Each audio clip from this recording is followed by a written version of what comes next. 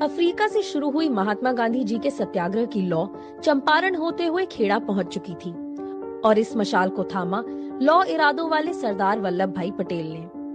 1917-18 में बॉम्बे प्रेसिडेंसी ने करों में 23% तक की वृद्धि कर दी।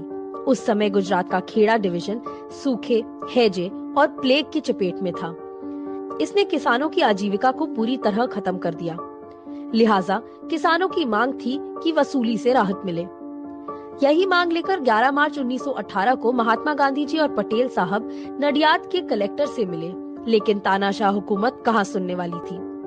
इधर 22 मार्च को गांधी जी ने सत्याग्रह का आह्वान करते हुए किसानों से कहा कि अगर 1/4 से कम फसल होती है तो कर का भुगतान न करें। और उधर सरदार पटेल ने गांव-गांव घूम-घूम कर किसानों से प्रतिज्ञा पत्र पर हस्ताक्षर कराया कि वह खुद को झूठा कहलाने और स्वाभिमान को नष्ट कर टैक्स देने की बजाय अपनी भूमि को जब्त कराने के लिए तैयार है।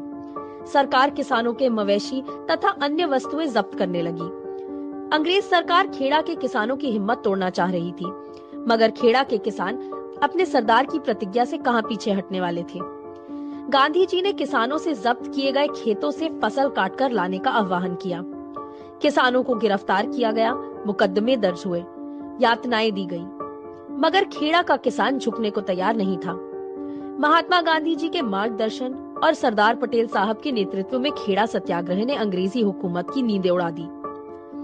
अंततः 27 जून को अंग्रेज हुकूमत ने घुटने टेक दिए और 2 सालों के लिए न केवल वसूली स्थगित की गई, बल्कि किसानों की जब्त जमीन भी लौटा दी।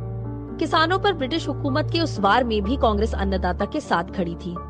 स्थितियां आज भी वैसी ही है, तानाशाही आज भी जारी है, मगर किसान की एकता हर तानाशाही पर भारी है और यही देश की असली धरोहर है, जिसको बचाना हम सबकी जिम्मेदारी है। जय हिंद।